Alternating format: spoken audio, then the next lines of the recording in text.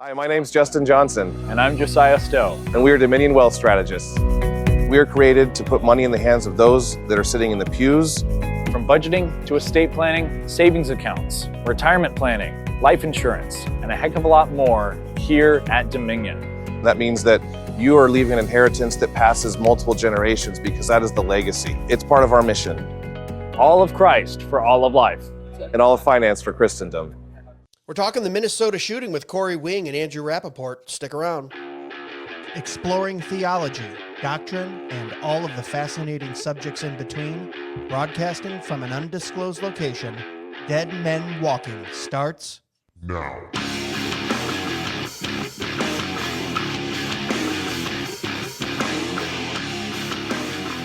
Well, hello. Welcome back to another episode of Dead Men Walking Podcast. I'm your host, Greg Moore. You can find out more about us at DMWpodcast.com. I was hoping that muscle memory would come back on that intro. We've been off for a full month, the longest we've ever taken off for almost 6 years. I don't know why I'm saying we. I don't have a mouse in my pocket. I have taken off for a month. Just got back from a 7-day cruise with my wife. That was much needed. Spent some time with the family over the holidays. Much needed. Got a little bit of a sunburn and a little bit of a cold, if you can hear it in my voice, on the last day. So I've been battling that for a couple days. So I'm actually recording this on the same day that you will probably get it here in a few hours after we edit down, because there's nothing like waiting to the last minute. And you know who else does things at the last minute? 1689 Cigars, and they just put the No Christ But King cigars on sale for $5.99. It's the best $6 stick you're ever going to get. Go over to 1689 Cigars, pick one up right now. They are a sponsor of ours, and we absolutely love them. But got the business out of the way. I don't want to have, if you're watching this, you're seeing two gentlemen, two friends, two scholars, two ragamuffins, two, what's some That's other words? accurate. Sitting on the video. So I want to introduce them. Cory Wing from Civically Minded and Andrew Rappaport, Striving for Eternity, and his 972 podcasts that he has. You can click on the link below while you're watching or listening to this right now and find out where you can find those guys. And I highly recommend you pause this, ignore what I'm saying, go click, subscribe, follow everything that they're doing. Your life will be better for it. Boys, how you doing? Well, I feel I should go throw a suit on the way Cory's dressed. Just saying. Look, Cory is the best dressed podcaster in the business. We all know this. He can wear a beanie, a regular hat. What are those ones called? The only thing I can't wear is hair. I mean, you can't make me laugh. I'm coughing over here. Yeah, he's the hat wearer because he has no hair. But yeah, he's the best dressed man in podcasting. We all know that. But yeah, Cory's here. Andrew, how you doing, brother? You doing all right? Yeah, I am traveling, so my background looks a little different. The mic is not as good as I would like because I forgot to bring a mic with me on travel. You know, you're coming through loud and clear now. We had a little issue there before we went into recording, but you're sounding good now. Well, it's good because I have to do Apologetic Live tomorrow night. I got Jim Osmond coming on talking about the Demon Hunters. I don't know if you follow it. Yeah. That's going to be his next book. So I'm going to have to say this. If Cory's the best dressed, Andrew is definitely the best at shameless self-promotion. So you heard it here. Go watch that tomorrow. This is live every Thursday. What time does it start? At 7, 9, 8? 8 Eastern, but I learned from the best, Greg Moore of Dead Man Walking. Yeah, that's right. Pot calling the kettle black. And I did see in the background there, Cory, you've got the Captain America shield. That thing looks real. It doesn't look plastic. Is that made out of like steel or metal or something? What do you got going on there? it's the last remaining vibranium on Earth. It was Wakanda forever. Yeah, it was a Lego that my wife made a couple of years back, and she had it up somewhere else, and she was like, "This thing's huge. I need it somewhere else," and it just fit there. And I was kind of like, "Yeah, it works. I'll put it there."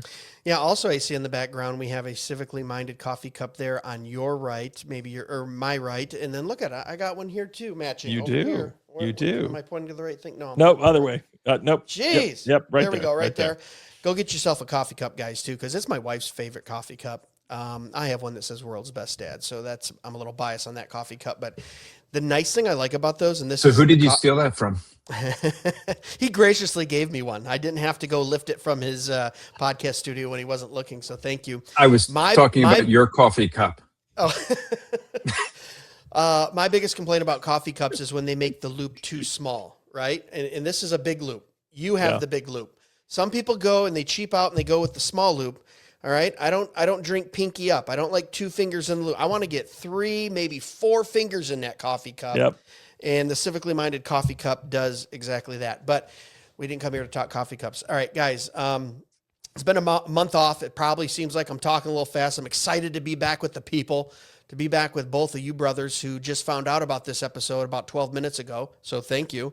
That's how we do things here at Dead Men Walking. You just start texting friends and go, "Hey, you want to talk about a shooting?" Sure. Which means I'm sitting around the house in a sport coat and a dress shirt. That's I was thinking that. Yeah, but he has no pants like on. He has no pants on, so don't worry. You'd almost make a from the good early '80s. You'd make a good fundamentalist preacher. I knew a guy, fundamentalist preacher. He mowed his lawn in his suit. You gotta do that when you're a fundamentalist Baptist. So I think when Presbyterian. When this shooting went down, I was in international waters. I did have access to Wi-Fi, no calling, but texting and Wi-Fi. So I was checking my phone every once in a while. I tried to stay off it as much as I could. But I was wondering, I respect both of yours opinions. We agree on a lot of things, outside of me and Cory being the only two covenant theologians here. But you only get to be that for 70 years or so. But I had to throw it in there. But you guys, give me your first opinions on this. I've seen multiple videos of it. I don't know if we want to spend so much time on justified or not. We can talk about that. I think it was justified in a sense, and I'll expand on that. But wanted to talk about broader themes too of what we're seeing from this particular political party and this kind of movement of progressivism and leftism, and where they're getting this. It seems like absolute craziness to I don't want to say stand up to, but to incite and disobey law enforcement and things like that. But I'll throw it out to either one of you guys. You guys have first thoughts on this? Go ahead, Andrew. I was giving it to you. Oh, well, okay. No one wants to talk about it. Great. I'm not bashful. I'll cut to the quick right from the bat and then kind of backtrack if that's okay. So I think both you guys would agree, and certainly Andrew from a pastoral standpoint, I think you'll agree. I think all of these authority figures that are being pushed back against, whether that's ICE, whether that's DHI, Border Patrol, Donald Trump himself as president, Kristi Noem, on and on and on.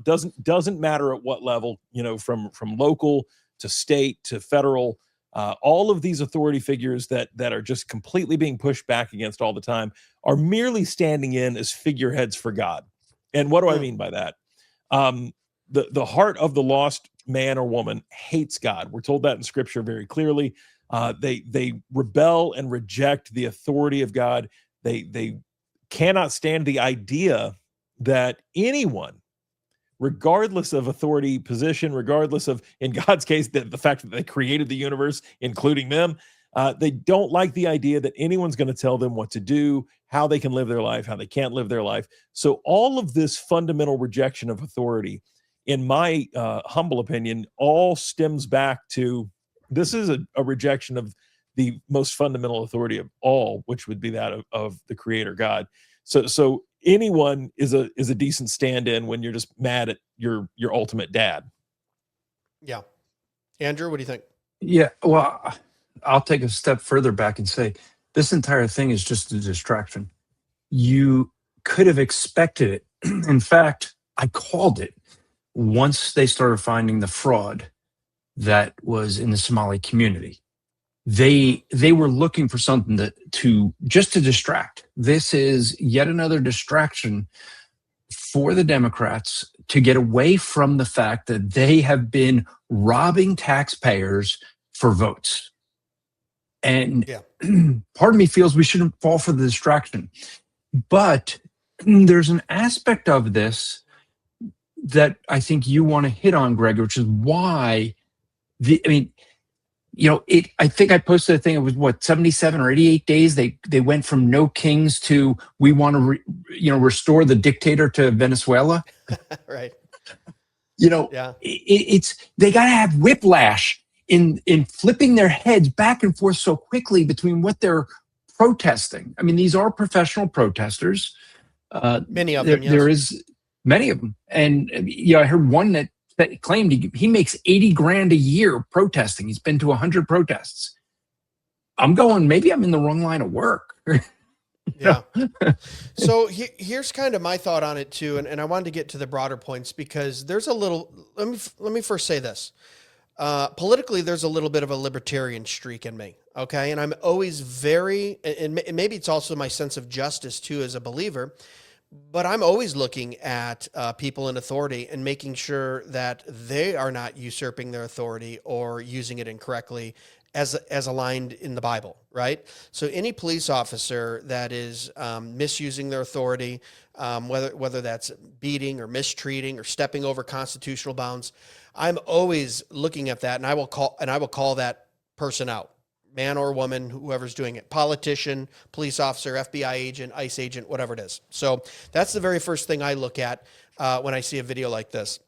The second thing that has changed in me over the years is I was for years and years, very crass on this, very black and white. Look if you, and I'm just being raw and honest here, maybe 10 years ago, you would have asked me and you say, if you disobey the commands of an officer, and it ends up you dying, well, stupid is as stupid does, you're dead. And it was very crass, but I might be technically right, but I don't know if it took into the account the love and grace and mercy of Christ that I'm to reflect in my fellow image bearers as Christ has done for me. As I've gotten a little bit older, there is a part of me that looks at this woman who is a pagan, who was a lesbian, who, adopted a child, who obviously, the way she acted, criminal record and some mental illness. I also have a little bit of empathy for that. And I go, she was an image bearer of God, and she died at the hands of bullets to the face and chest because she is so tricked into believing a certain set of, whether it be policies or agendas or, theology, so to speak. And I disagree totally with her, but also my heart goes, what are we doing as Christians to reach these people who have basically gotten to a height of insanity because of decades and decades of lies being told to them, their own heart, like Cory just said, rejecting Christ, hating authority, hating God.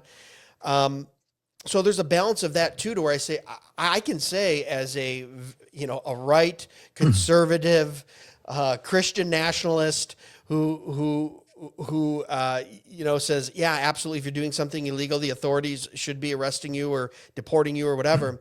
I can also say,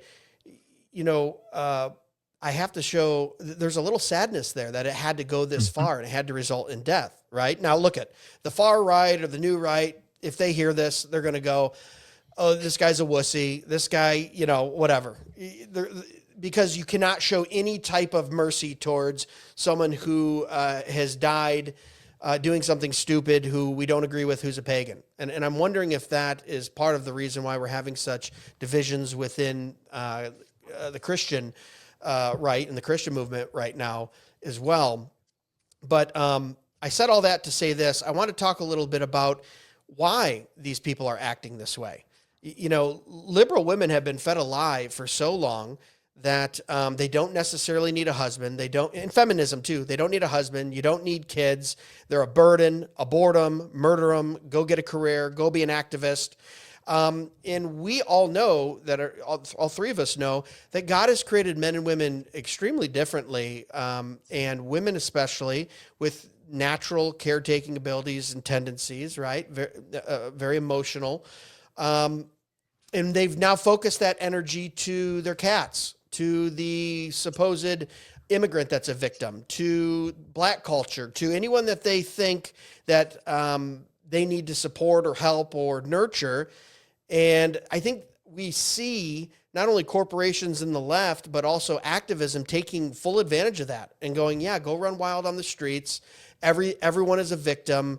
You go help them by putting on your pink hat, running through the streets, your BLM sweatshirt, and go fight these ICE officers in the street and possibly run them over. And it's very, very sad. Guys have any type of feeling or thoughts on that? Well, let me say this. There's one aspect we have to take into account with this issue, just legally. There's debate on whether she was trying to hit the officer or not. And I think there is debate you can have. And I think this gets into some of the emotion of it.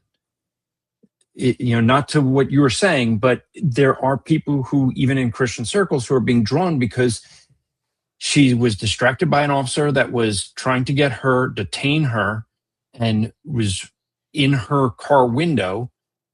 The girlfriend is saying, "Drive, baby, drive." So she may not, in the split second, we talk about the split second decision the officer had to make.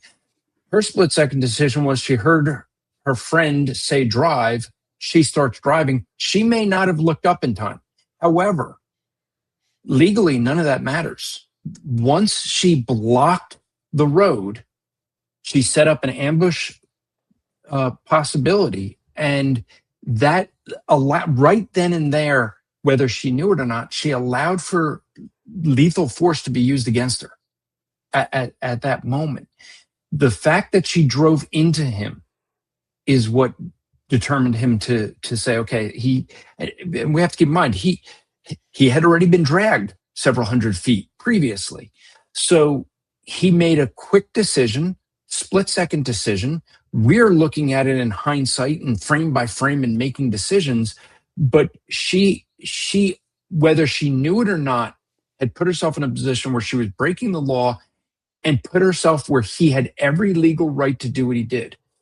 To the question you asked of how did she get there? People have been gaslit so much to hate Donald Trump. And that's really what it comes down to, is they now have to keep the system where they do not expose the fraud that keeps them employed, keeps their power.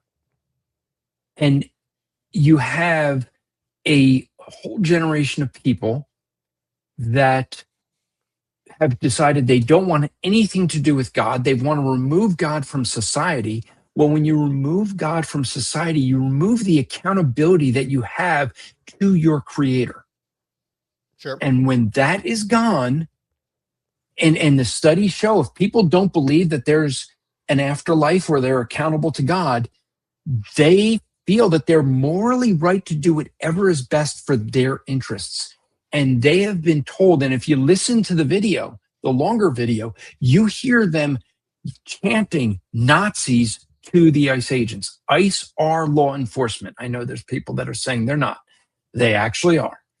Sure. But when you actually believe that they are Nazis, they're taking people off the streets and exterminating them, when you really believe that, as they've been told for years now, then in their mindset, it is the morally right thing to do. The problem is you can't reason with these people. They're completely emotional. If you see any of the interviews on the streets, they can't handle conversation. I mean, they killed Charlie Kirk and they felt justified on it. And then they're upset when someone who's breaking the law and attacking a police officer gets shot in the process. Sure. And, it might be, they hate Trump, but I think, and Cory, I want to bring you in on this. I think there's broader themes to that too. I think you can go, yep, we hate the Republicans, we hate Trump, but you also have people from many different backgrounds, socioeconomic status, ethnicity, the whole thing, that are progressives and that will stand on the side of the street and call an ICE agent a Nazi. And to your point, Andrew, you say these people can't be reasoned with. One of the things that I found is if I can figure out why people are thinking or acting or believing a certain way, on top of, preaching the gospel to them, that's first and foremost. I think sometimes if I can see things from their point of view and understand why they're thinking, communicate with them a lot better. Cory, what do you think? Are things here going on just besides, hey, we hate Trump? Well, yeah, I mean, I think there is it's such a multi-layered, multifaceted issue, and it's been going on now for decades. None of us on the call are even in our 30s. I am rapidly approaching not being in even my 40s. So I mean, all of us are old enough to remember when this country looked pretty different than what it's looking like right now. To the point, and I just want to touch on this briefly, to the point that Andrew made about the legality of this, even Chicago Police Superintendent Snelling, and I can't remember his first name, he even came on, and again, this is Chicago. This is not a bastion of like conservatism. Right. Even he came on and said, look, they're officers of the law. If you box them in, they have every right to think that you are ambushing them and then to take appropriate steps to defend themselves. Well, with that, let me just put a caveat to that, because a lot of people don't know that video that's going around is not recent. That's from I think it was 2 years ago. What video is that? Where he got up and said that if you box in police officers, that ICE is police, and if you box them in, it's a criminal offense. People are thinking he's saying that in light of this. It was actually a couple of years 2023. ago. Yeah, I think he said that in 2023. He was when he came into office in 2023. And to Andrew's point, I do think it was then, but it is still true. And he wasn't conservative, nor was Chicago in 2023, nor is it now. But I do think that there's a broader tearing down of structures. So sure, they hate Donald Trump. They hate America. And Donald Trump and his entire movement is MAGA, Make America Great Again. They don't believe America was ever great. They have bought hook, line, and sinker because most of them were educated in a system that, the history book that has been used in most of American public schools, I want to say for the last 40 or 50 years, is A People's History of the United States by Howard Zinn. It's an atrocity. That is one of the worst books I've ever read in my life. It's so full of Marxist ideology and anti-American hatred. It perpetuates this idea that there are unique American sins. Chief among them would be, of course, slavery, which is, again, not saying slavery wasn't an evil, or chattel slavery, especially the way that we did it here in the United States, is it is an evil. The Bible, for anyone watching that has been lied to and says that the Bible condones that kind of thing, or because the Bible says there are slaves and talks about slavery, that the Bible condones chattel slavery, which is man stealing. At no point, Old or New Testament, does the Bible condone that. Man stealing in all of the Bible is punishable by death. No, this is that again. You talk about gaslighting. That is gaslighting of the highest order. So when you've been told from the time you could think, all the way up through elementary school and then high school and on into college, and a lot of the problem here in this country are highly educated, mostly women. There are men that are problematic as well. Don't get me wrong, but if you just look at statistics, it is mostly highly educated white women that are. Again, Renee Good's a great example of it. I mean, she is a perfect example of what a majority of the sociological problem in this country is. They have bought that we are an evil, terrible country that doesn't deserve to exist. Anything would be better, including a guy like a Nicolas Maduro, who is a evil from the word go, whose own people were celebrating in the streets. Cuba was celebrating in the streets. Colombia was celebrating in the streets. I mean, all of Central and South America was celebrating that Nicolas Maduro had been captured and taken. But, the people from Columbia in New York City, and I don't mean Columbia, the country, but Columbia University and the folks from NYU, golly, they know better. It's such a laughable stain on our culture, quite honestly. I mean, they think that we're the rubes. And what makes me laugh so hard is these are the least educated, truly educated. They've been indoctrinated, that's true. But these are the least educated, most hyperbolically biased people I've ever known. And when I've thought about it, and I've said this is a decades-old problem, I thought about it recently in regards to a different problem that all three of us are very familiar with, especially as Christians, which would be the abortion issue, which has been going on for a long time now. I am of the age, as again, are both of you, I remember back in the 80s and even into the early and mid 90s, when we as Christians were convinced across the board, we were convinced that if the science would catch up, if only we could crack a little bit more scientific knowledge and we could prove definitively that an unborn child was indeed a human being, was actually a child. It wasn't a zygote. It wasn't, all the little catchphrases and felt terms. Pain, had a heartbeat at this amount of time. Yeah. That they really, from the word go, from conception, that's a human being. It's just a matter of development. That's all we're talking about is stages of development. If we could prove that, then certainly Roe v. Wade would be overturned. Abortions would crash to single digits. It'll never go to zero because sin, but single digit numbers across the country. And then we cracked the human genome in the late 90s when I was in college. And the most horrific thing in the world happened. We had to admit they didn't care. No. The science did catch up. And they didn't care. There's an episode of Bill Maher's show, and I can't think of the name of the show all of a sudden. But Bill Maher was recently, about 6-8 months ago on his own show, and he has this whole clip. I've put it on my channel when I talked about this a couple months ago, and he says, "I admit it's a child, and I admit that it's even murder. I just don't care. There's 8 billion people in the world. No one will miss you." I mean, he says it out loud. So as long as we continue to think that this is a negotiable problem, meaning that again, intelligence or some kind of a linguistic tool or something that we could be clever enough to engage in the right kind of argumentation. There's no argumentation that will win this war. This is so deeply held. This is religious to them. We gladly admit that we are religious. We're Christians, so we freely admit it. They have convinced themselves they are non-religious while holding to these theories that they have with such religious fervor that they have proven they're willing to kill for it.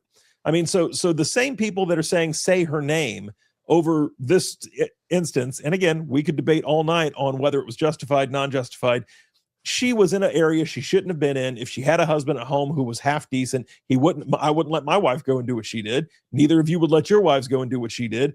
So, misogynistic, fine, tweet, call me. You can find me at Civically Minded. Let me know. You can tell me what a jerk I am. I'll sleep fine tonight. But, so no man would let their wife go and do what she pulled. And so she died somewhat, not saying fully, but somewhat because of her own actions. Charlie Kirk, again, I hated what happened to him. I still think it's a tragedy. It was an execution in broad daylight for the public to watch. But, and I don't say but like I'm okay with it. To them, they were like, but he deserved it. He was out just fomenting hatred and all of this stuff. Again, I disagree with that, but fine. For argument's sake, let's say that I can put that in a weird category where I go, okay, I live in Charlotte or just outside Charlotte. Irina Zarutska done nothing. She was sitting on public transportation. That's all she'd done. She was guilty of sitting on public transportation. And she was brutally stabbed and murdered, again, in front of a bus full of people. And very few people talked about it. The left certainly didn't say her name, and go all bananas over it. The people that I did see that went nuts over it were Christians, by and large, and people on the right. The left didn't care about Irina Zarutska. They can't because the perpetrator was the wrong color, but go on. Well, but that's the thing. That's what I guess I'm getting at is the narrative. This is such a narratival argument. This is such a worldview clash that until we understand that this is the old clash, this is the garden replaying itself. I also tend to believe that we are under a certain element of God's judgment, and it's playing out in front of our eyes. I think we were, and I agree with men like Doug Wilson and others that we were and even are a Christian nation that has apostatized from the Lord, and we are being punished for our apostasy.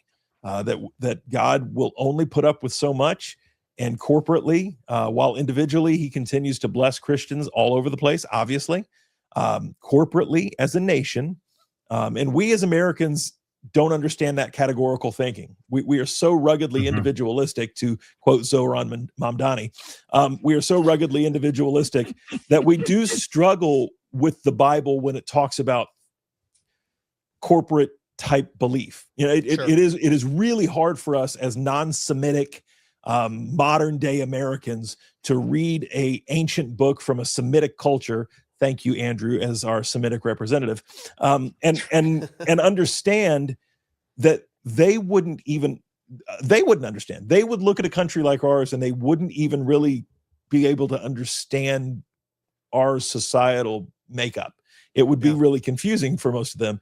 So when we look at, can God judge us corporately as a nation while still blessing us individually? Well, of course he can. And I believe that's exactly what's happening in many cases. Yeah. You know, to go back to your earlier statement at the beginning of the show about the hatred of God and authority, that's what I see what's going on here in a broader theme too, because you've had liberal politicians, activists, thought leaders on that progressive side to basically tell their followers, you go settle this in the street. You defy the authority of the law, whether, like I said, that'd be a police officer, an ICE officer, and you get your justice in the street. And here's the issue I'm seeing. This is heated mostly by liberal women who are then getting arrested, getting shot, getting killed, getting ran over. Because here's the thing. They've grown up in decades and decades of feminist teaching that men and women are the exact same, that they should act like enraged men. They should be aggressive like men. That they can go up to an officer, put their finger in their face, put their, poke them in the chest, drive by them with a car, not listen to their commands. And naturally speaking, like just from being a female in the world, that's not the way the world works for females. Now I will correct you and say it's females of both sexes, but continue. Sure. My point being is men and women grow up very, very differently. Let's not forget that the only reason women have any freedom is because both mostly pagan men have decided to allow them to have it. Our society has agreed that men will allow women to have freedom. And I know women listening probably right now go, what? I don't like to hear that. But that's the basic truth of the matter. Okay. If all men right now said women should have no rights, and for whatever reason, now listen, the Christian men might rise up and say, we have something to say about this, but I'm saying even globally, they're the weaker sex physically. They would have none. So women walk through the world much differently than men do. I know every one of us growing up made sure we were looking over our shoulder at the bully that could beat us up. Men get challenged all the time, and we take physical, fights and beatings and all these things because we're men. Women don't. Women get to walk through the world and, punch their boyfriend and then call the cops. And when the cops come to the door, 92% of the time when there's someone taken, it's the man. No matter if the man did something or not. That's just that's a crime stat that's out there. You can do whatever you want with that. What does that mean? My point being is you have the liberal politicians and activists and thought leaders telling them, hey, go settle your beef in the street. And women go, yeah, I can do that. I remember when I, talked back to my crappy ex-boyfriend, and he couldn't do anything about it because he knew he had the fear of going to prison if he laid a hand on me. And I'm not condoning laying your hands on women. Okay. Everyone who's listening, I'm saying the mindset is the same, but when you get in the street and when you have an officer with a weapon who's there to be a peacemaker, the Bible says, and who's sworn to do that, but then, like you said, Cory, gets threatened or gets put in a corner, like you said, Andrew, the consequences are real. The consequences are life and death. And this woman, Renee, found out about that. And I'm looking and going, she's bought into this lie of let's settle it in the street. Why are a lot of the leftists, a lot of the progressives going, we're not using the court system? Look I was taught at a very young age, a police officer, I wasn't even allowed to call them cops. My dad said you call them police officers. Right? Cops can call each other cops. You show them the proper respect. They've been instituted by the Lord, whether you agree or disagree with them. If they use excessive force, if they do something that's unconstitutional or unlawful, we settle that in the courts with the jury of your peers. That's just the way I was brought up, and I still believe that to this day. but you have many from the left burning things down, looting, challenging police officers, ICE officers, running them over with their cars, stepping in front of their cars, trying, that's always kind of comical to me. You see a guy that's 180 pounds trying to stop a 4,000 pound SUV, right? Like, what are we doing? But they bought into this lie, and the leftists have decided we're not going to use the courts, we're not going to use the justice system, we're going to do this ourselves. And then they get into an uproar when someone loses their life over it. Is it just because their broader hatred of authority, because of their paganism, and because they reject God and shake their fist at them? And we know, all three of us sitting here, that authority and patriarchal systems are godly and are good, and that's part of it. What do you guys think? They have patriarchy. They again, you've got to go back a couple of generations to when fathers were even the norm. For the last 2 or 3 generations, most Black American children have been raised in a non-fathered home, if they've not been aborted. An increasing number of Hispanic and white children are also being raised in non-fathered homes. So what you're seeing is the continuation of a complete rampant culture of any kind of accountability. They didn't have it growing up. The teachers in schools aren't allowed to give it either. So there's no teachers that have given it to them. Their parents didn't give it to them. We live in a society where you can't give it to each other. We are, again, all of us, I've said it a number of times in this episode, all of us are old enough to remember a time when if you were a young man, whether you're 10, 12, 15 years old, all the way up to say maybe 20, 25 years old, and you jaw jacked to the wrong guy, he was going to tune you up. And no one was going to squawk to the police about it. I mean, we didn't pull knives on each other back in those days. We didn't pull a gun on each other. We just went behind a woodshed and dealt with it. And that is gone. That society has long since died. And because it has, there's been no accountability. And these dumb things haven't helped. You get on X and Instagram and say— He's holding up a phone for those on the audio. Sorry. Social media. Thank you, Andrew, for reminding me. Social media has only perpetuated this. You can say any vile thing you want to say on social media, hide behind the anonymity of a screen, whether you're an anon or not. You could even have your name in your face post. It doesn't matter. But especially if you're an anon, you can say any vile thing you want to say. There's no accountability whatsoever for your actions. And we have perpetuated that now for probably 40 to 50 years. And we're now coming home to roost to what that looks like. Andrew? Yeah, Greg, you made a point that do they realize this is for real? If you listen to the girlfriend's comment after the shot, she yelled at the officer that he was using real bullets. So let that sink in. He did not conceive of the fact that there would be a consequence, let alone that they would use real bullets. The part of the victimhood of these women and these protesters is the fact that they're being told that they not only have a right and a duty to take it to the streets, but that there's not going to be any consequence. You were saying, Cory, that, the fathers aren't there for accountability. The teachers aren't going to do it. Well, the judges won't either. Arena Zarutska is a perfect example. Yeah. Exactly. The guy who killed her and her crime, her crime was being white. That was her crime, because he was saying he killed a white woman. He was just thrilled he killed a white person, and the judges are just going to let him out again. Like because his upbringing. Well, his upbringing we could blame on the Democrat Party, who brought drugs in to fund Black ops that they were doing, and they brought the drugs into Black communities. They destroyed the Black family. Okay. Yep. So whether it be, and it's like they destroy the Black family and they go, oh, but that's okay. We got abortion for you. And then we got welfare for you. And you just keep voting for us and we'll keep you enslaved. We won't let you get ahead. We won't let you have what we keep saying we're going to provide for you. And very quickly, Andrew, I just want to insert this fact that Cory was talking about earlier about fatherlessness in the Black community from 1870 to about 1920. The Black community had higher marriage rates and more dual parent families than whites in the United States. And you can go read that. Thomas Sowell has some of those stats, and so does Frederick Douglass in his book.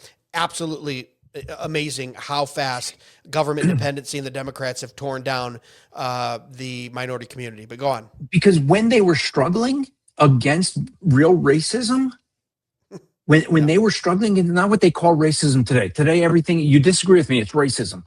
Yeah. But when they were dealing with real racism, they had to stick together. When they brought the drugs into that community, it destroyed the communities. Okay. And so they don't have the issue is not whether you're Black or Hispanic or white. It's what Cory hit on, fatherlessness. That is the core issue. Bill Cosby got blasted because he said that, because he's not supposed to mention that. It's supposed to be the color of skin. But you have all these people that feel that. Wait a minute, Andrew. Out of all the examples you could have gave of someone who said that, you chose Bill Cosby. Larry Elder. For him. Let's go Larry. Let's go with Larry Elder instead. He said that too. I like Larry Elder a little better. I mean, Andrew. You look at the fact that what you have is a bunch of people who are, as you know, if you study Marxism, they are the useful idiots. Okay, yeah. I'm not talking about their intellect. This is the term that was used when speaking of Marxism, people that would be used as pawns. Look, the reality is when Mrs. Good got killed, there were many people of the people that were supporting her that were glad. And that's hard to hear. They were thrilled because they don't care about her life. They care about their cause and their power. And they were thrilled that someone died that they could say, see, let's distract from what's going on with the Somali fraud because this is how we're getting our votes and staying in power. We can now distract and redirect all the anger, and we can relive the BLM 2 years of rioting and looting and protesting, if you want to call it that, for the sake of people dying. They're okay with that as long as they can keep their power base. And this comes straight out of you, Andrew. You're right. You and I'm certain because of your political background too. This comes directly out of Saul Alinsky style playbook. You know, that's exactly right. If you read Rules for Radicals by Saul Alinsky, which lest anyone who's listening or watching doesn't know, Obama was a Saul Alinsky and is a Saul Alinsky acolyte.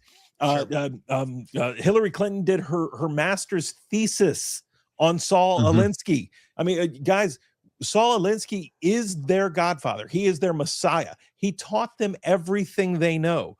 And so this non-accountability that I'm talking about starts so far at the top that, I mean, the Clintons, speaking of the glorious Clintons, and hopefully none of their paragons are listening or I might end up dead. The Clintons have been called to Congress to answer for Cory is not suicidal, everyone. No, I'm not. No, 3 young kids and a beautiful wife that I don't deserve. No, I want to live. But they've ignored a congressional subpoena. And yeah, I mean, I saw that. Trump, but did you hear the reason? The reason is what blows me away. They just said they who have never, spoken about this, never been called to testify about this, said enough is enough. We have issues we have to deal with, and we're not going to. Like, Trump has been, there's no evidence Trump has had anything to do with Epstein. He cut Epstein off before Epstein was dealing with the women, where Bill Clinton and all these Democrats were dealing with it after the fact. Yeah. No Democrats showed up for the hearing. They say they care about the victims. This is the thing. When you step back and you look at, I mean, the hypocrisy is everywhere. Okay. You can see it, but the thing you have to recognize is that we have a party that is willing to destroy America for the sake of their power. Now, let's go back to 2020, 2021. Okay. Many of us back then were saying to stand up to law enforcement because they were doing things illegally. Sure. Okay. The issue is, and so I want to address this because some people go, well, see, back then you were saying not to wear masks when law enforcement was saying to wear masks, and or at least I was, and walking through airports without a mask. But the thing is that there is a difference. In the United States of America, the law of the land is the Constitution. When they were arresting people for being on public property and saying they were trespassing, or opening the doors and inviting people in the Capitol and then arresting them for taking photographs. And that is different than when you are blocking law enforcement and trying to interfere with what they're doing, putting their lives at risk, whether you're causing an ambush situation, doxing them, trying to get everyone to go after their families. When you're doing that, that is a very different thing than taking some photographs in the Capitol building. Okay. Well, not only that, but you make a very good point, Andrew. We all have a friend, we share a friend in Gabe Wrench, who was worshiping out in public, wasn't socially distancing, air quote. Officers came up to him, said, "We're going to arrest you." He peacefully said, "Okay." Didn't fight back, didn't pull out his gun, didn't try to ram him with a car, went to jail, went to court, and then turned around, sued the court, and I'm not going to tell you what the sum of money was, but it was a nice sum of money that he won because of the unconstitutional things the police officer did. So you know, you're making the point of we have a dead woman who tried to run over an ICE officer, and then we have a gentleman who went through the same type of thing, did it legally, did it through the court system, not only was fine, but also came out financially ahead because he said, then we will sue you because what you did was unconstitutional. So those are the two difference between George Floyd, who died of a fentanyl overdose, or, Ms. Good, who died, because she was running into a police officer, whether purposeful or not. Okay. That doesn't matter. Her intent doesn't matter in that situation. You compare those two to Charlie Kirk. What did we do when Charlie Kirk was assassinated? We prayed. Sure. That's you saw prayer vigils everywhere. So when we look at this and they say that we're the vicious ones, we're the ones that want to kill everybody. I'm sorry, but all the violence is on one side and it's not ours. All the violence is on theirs. Yeah, and I would say any violence that you do see is under the legality of trying to find criminals who are either here illegally or doing illegal acts, to which then you have consequences for your actions, right? All of this could have been avoided in Minnesota by her just obeying the command of get out of the car. She'd be alive today, I'm convinced, and I bet you she wouldn't even have been arrested. I don't think she really expected that she would be in any danger. I mean, she's been to many other protests where she's done the same behavior. That's my point. I think that she really didn't expect it. Clearly, the girl that she's with or was with didn't expect it because she couldn't even believe they used real bullets. Like, what do you think they have in their guns? But that's my point, and I say this to both you and Cory. You have the leaders of the Progressive Party, the Barbara Boxers and the Kamala Harrises and the Hillary Clintons and all these people going, go out in the streets and fight and find your justice there, and no justice, no peace. And they're playing with fire. They're playing with their own followers' lives. You go, if you run out into the street and you physically assault, or you try to run over, or you try to, you know what I mean? A police officer, an ICE agent, an FBI agent, someone who's carrying a weapon, you're playing with your life. That's what I'm saying. These people don't even understand their leaders in their own agenda, their own party, their own progressiveness, hate them because they go, yeah, who cares? We'll sacrifice some people for the broader agenda. It's not that they hate them, but it's what you said later. It's that they're willing to sacrifice them. They're correct. They don't care about them. They don't care. Look, whatever they stand up and say, they're against kings. 88 days later, they're fighting for the freedom of a king. Okay, a dictator, right? So the reality is that they just want to spur on the mob of useful idiots to do their bidding for their own power. Sure. And that's why, in one sense, I do feel bad for these people that are buying into it, because they really think they're doing what's morally right and good. And yet they've just been told a lie so often. I mean, I thought it was, this goes back a bit, but when they went after Elon Musk and burning Teslas, okay, just think about that. The guy that is like the most green guy promoting their agenda more than anyone else, but they're not burning his cars. They're burning everyone else's cars that already bought the, like, you're not hurting Musk any, but it's like, we feel right because look what we did. Like, I still remember the video of the guy that scratched a Nazi symbol into this guy's Tesla. And the guy caught him on video, went and found him. And the guy was like, Musk doesn't own this car. I do. What did the guy's like, well, you bought the car from Musk. So that was some Trump derangement syndrome, though, too. I mean, really, what did he do against liberals except team up with Trump for some budgetary issues and some free speech stuff that they to other expose than that, the fraud that keeps them employed and keeps them their power. Sure. Right? I mean, look. Go ahead. Look, you got $2.5 billion in welfare, of which over 2.5 trillion, and 1.5 trillion of it is fraud. Yeah.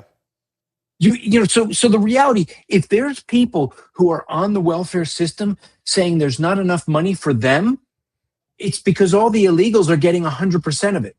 There's a level of what you get when you're in that system. The illegals get 100%. They get the max. Okay. And the reason you're not getting it is because there's not enough money to go around, and it's all being given to the people who they're bringing illegally to vote for them. Now, what does it tell you that Democrats have to bring in people to this country illegally because they cannot get the votes of American citizens? Let that sink in. At least not enough, right? Yeah. Because people are waking up. Cory, you wanted to say something over there. Well, I mean, the cannon fodder or useful idiots, that's such a significant point that needs to be, you almost couldn't drill it home enough. It can't be overstated.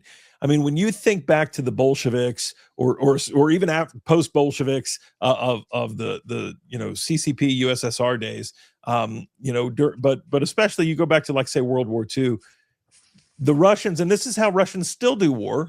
Go look at the statistics of the war they are currently in with the Ukraine. And I'm not saying the Ukrainians are perfect in this. I think their president is a horrible man and a joke and not much of a leader. He's killed political opponents. He's hurt Christians.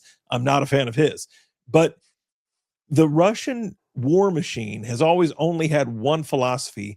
It's throw men at it, and will kill millions to accomplish our ends. We don't care about our own people. We will slaughter them wholesale as long as it's what's good for the mother country. We are practicing that style of Marxist, Darwinian, Leninistic, Stalinistic. I mean, it's pure Russian orthodoxy. We've seen it in Russia for 100 years or more, and we are doing it now. Maxine Waters, who goes out and does exactly, Greg, what you've been saying of, you take it to the streets and you get in their face. Maxine Waters ain't pulling her old bag of bones out and doing that. She wants you to do it. Maxine Waters is 907 years old. She can barely get out of bed. None of these old farts that are, the Bernie Sanders of the world, none of them are doing this. Have you not picked up on the fact that none of them? Donald Trump goes out to the people all day, every day. The man got shot in the head. Yes, the ear is part of your head, by the way. The man got shot in the head, got up and shook his fist at the world and said, "You missed me." And every man in America that doesn't have, missing parts between his legs went, "I'll vote for that guy." You know, I mean, of every stripe, brown, black, white, every man in America that has stones saw a man that we would follow into battle because this dude got up when he'd just been shot.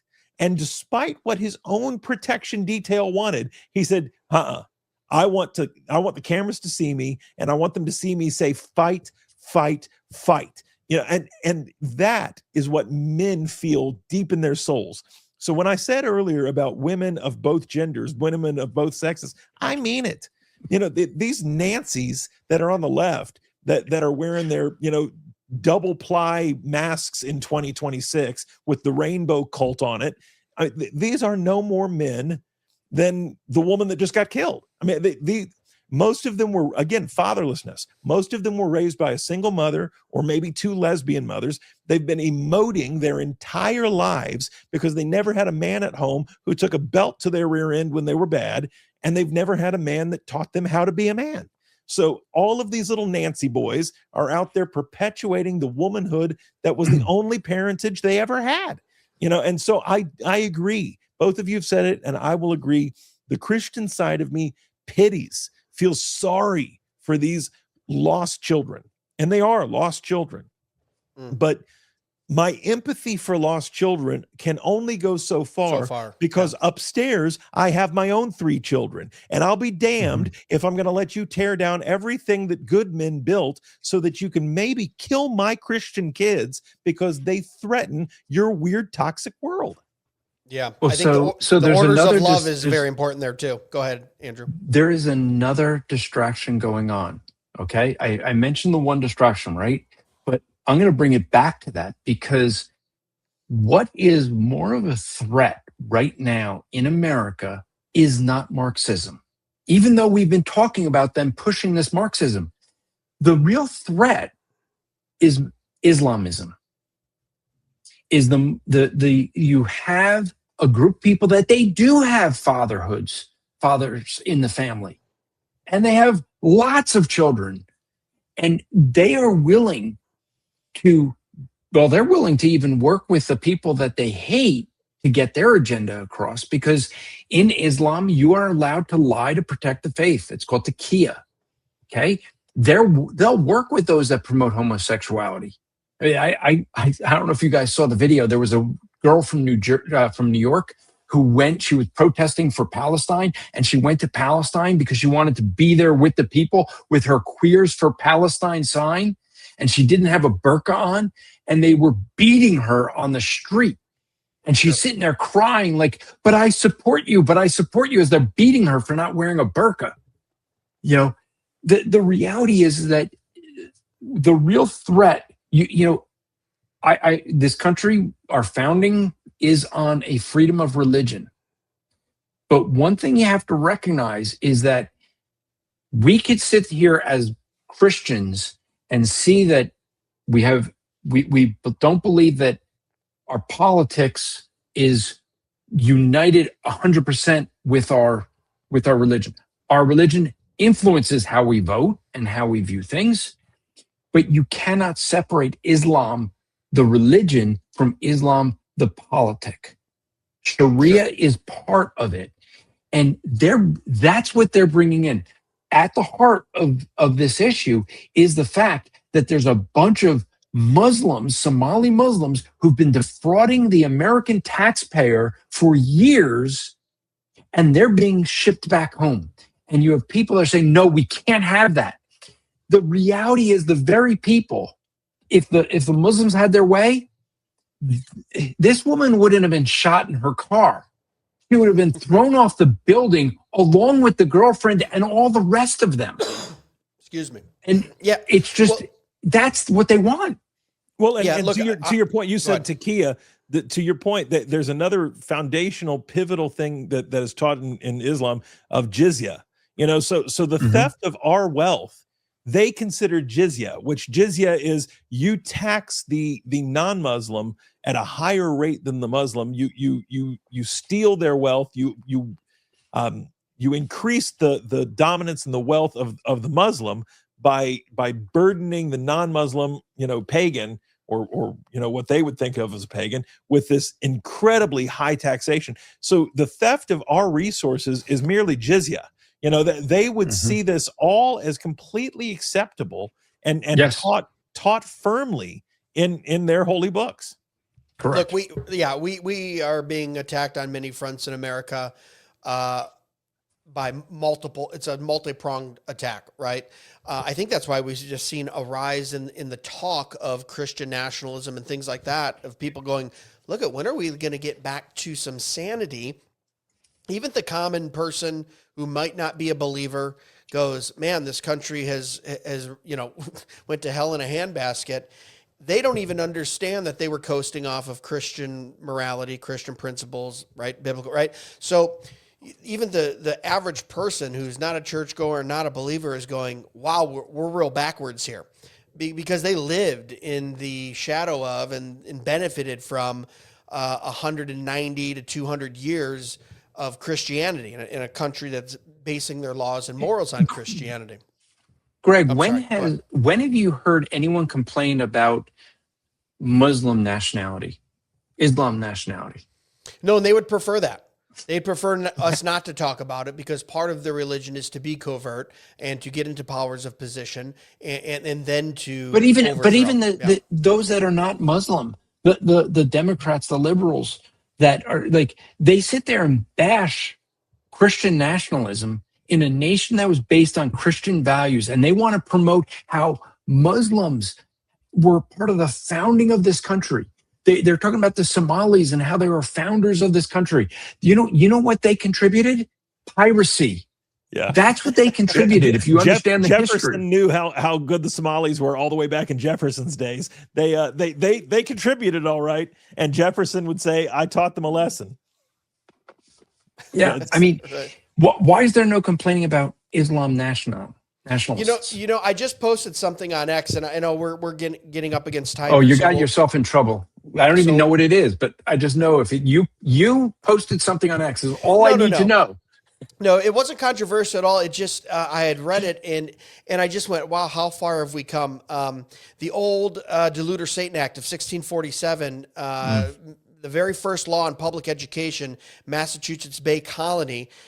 It was the first law that was ever put out, and it basically said, and you can go read it on at Real DMW on X, and I put the text there. It essentially said, hey, we need to have a public standard for reading. So if any town gets above 50 families, you will find someone who will become a grammar teacher, and you will teach the children how to read, because the great deceiver Satan basically works through ignorance, and those who can't read the scriptures daily will fall prey to Satan because they can't meditate on scripture and the word of God. That was what the first law by the first colony was put out in public, why we should have a public education system. That I just found astounding. I agree with it, but that was their reasoning. So how far we've come in 400 years from, and this was obviously before the United States of America. This is one of the first colonies in the mid 1600s. But the whole reason why you should have any public education is so children can read, because the Bible has been translated into English, and shame on us if our children aren't reading and meditating on Scripture, because they will fall prey to Satan, because he loves an ignorant people. And I read that and I went, well, that's right where we're back there now. We have a nation of ignorant people who do not meditate on the word, who do not read Scripture, who couldn't tell you where their morality comes from or who they serve. And this is the country we get because of it. With that being said, I kind of wanted to wrap up here, but I wanted to ask just a quick question that had nothing to do with what and we talked about a lot of different things here tonight. I appreciate you guys for just being conversational and talking about what you wanted to. What are your guys' thoughts? And we'll make this quick, because I got excited about this. What are your thoughts on Greenland becoming a Commonwealth? I know Trump's going after Greenland. We saw the Prime Minister come out a couple days ago and start to cozy up to it. Quietly, United Airlines, Delta, and some others are now reinstating one-way flights out of New Jersey and DTW, which is close to me. I guess the administration had a talk with them and said, hey, let's start offering flights 4.5, 5.5 hours direct to Greenland in preparation for this. One, do we think it's realistic? Two, do we think we should bring Greenland into the fold? What do you guys think, Cory? Yes, unequivocally, yes. Again, I'm a product of the Cold War. I was born in the 70s. I'm a product of the Cold War. The bear may be sleeping, but he is not dead. And the last few years have proven that. The most direct route for Russia to get to us is right there. When we pulled out of Iceland,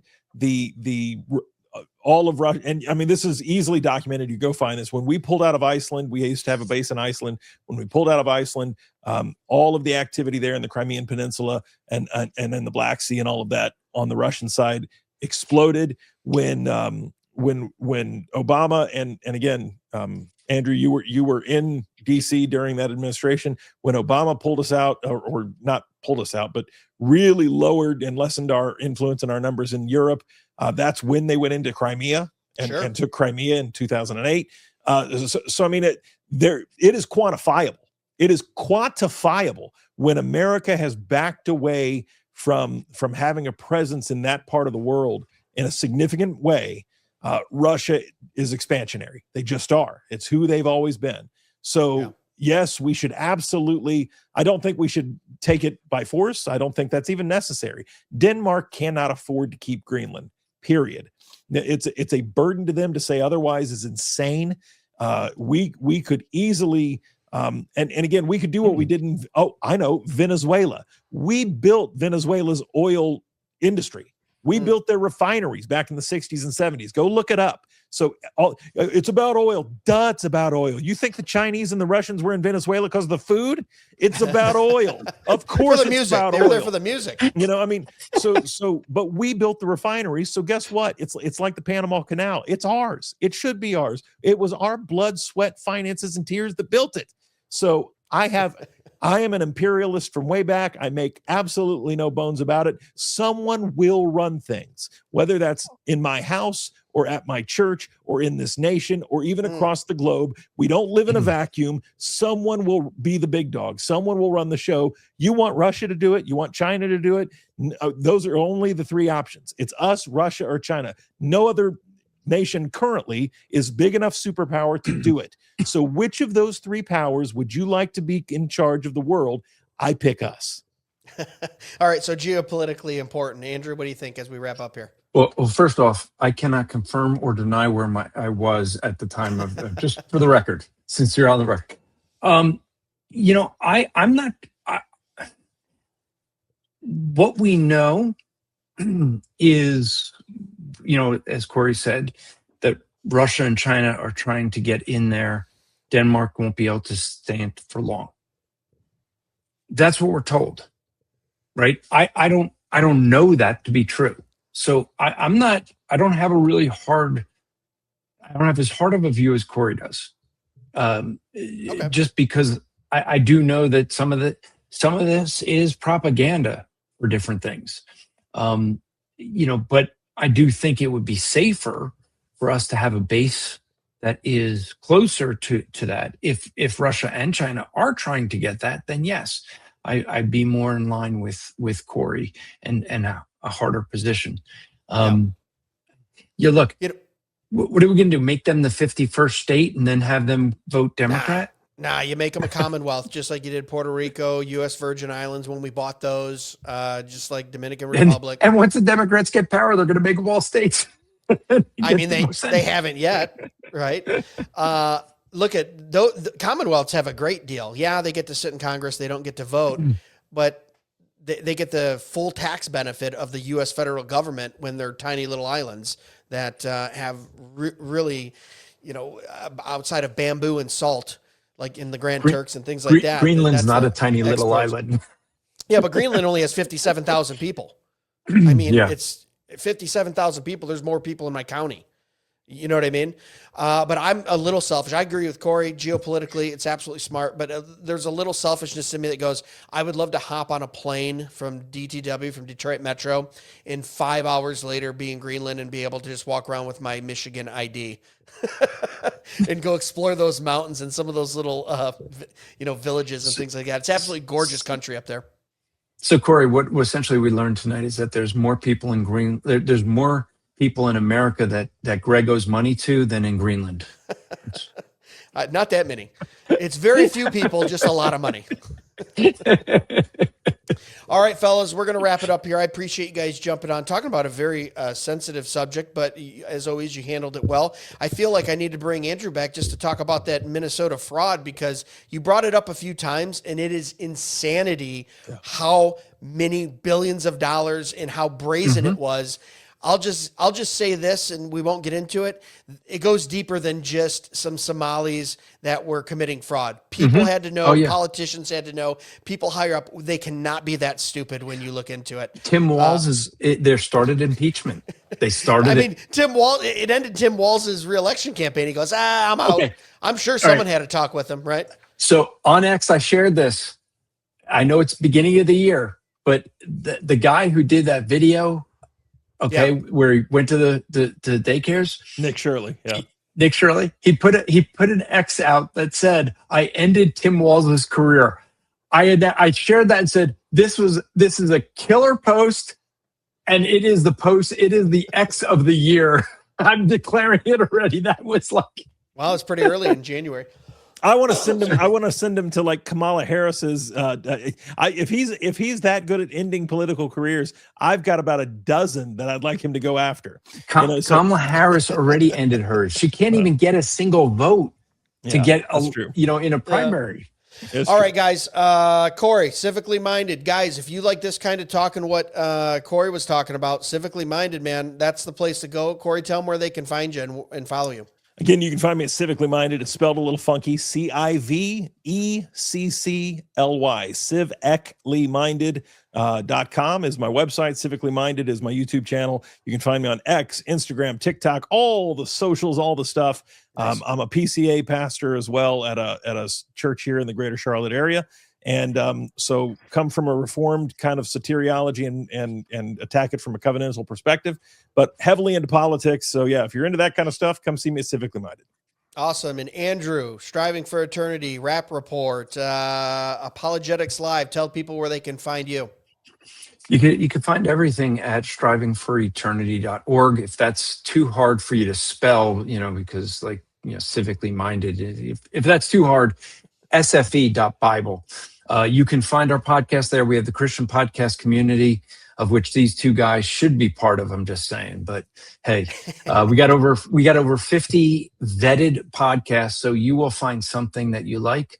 But mine that I do is Andrew Rappaport's Rappaport, is biblical interpretations and applications for the Christian life, and then Apologetics Live. I can't do better than Greg's introduction. But, he had. But, I love when folks come in to debate me, and I don't know, I have a debate that day.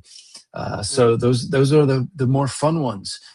There is rumor that a Black Hebrew Israelite is going to come in and debate me. I've been waiting years for that to actually happen, and they always chicken out. But we'll see. Right, we might see it very soon. Guys, you can just click below on the link and you'll see everything there. It'll take you right through to them. Brothers, I'm so happy we got a chance to chat. I'm glad you had a great Christmas and New Year. We're going to have to do it again soon. Thanks, Greg. Appreciate it. God bless you both. Awesome. Guys, thanks so much for listening to another episode of Dead Men Walking Podcast. As always, you can find out more about us at DMWpodcast.com or go to the merch store there. Support the show. Get one of these nice little cups here. We got the Wine 'em, Dine 'em, Romans 9 'em t-shirts as well that are selling pretty well. And then, of course, my favorite shirt that you have to get to the Bagan, Job 13. I mean, how about you shut up and let that be your wisdom? How can you not wear that shirt around? So go check that out. It supports the show. We appreciate our sponsors. As always, guys, the chief end of man is to glorify God and enjoy him forever. God bless. Be sure to check us out at DMWpodcast.com, where you can purchase the best and snarkiest merch on the internet, support the show, and leave us a review or message. Dead Men Walking can be found on Facebook, Instagram, and YouTube at Dead Men Walking Podcast, and on Twitter X at Real DMW Podcast. The Dead Men Walking Podcast is part of the Fight Laugh Feast Network. For exclusive show content, be sure to download the PubTV app and become a member. If you're a business that needs to reach hundreds of thousands of potential customers in your demographic, podcast advertising might be for you. Send all inquiries to deadmenwalkingpodcast@gmail.com. None your biscuits.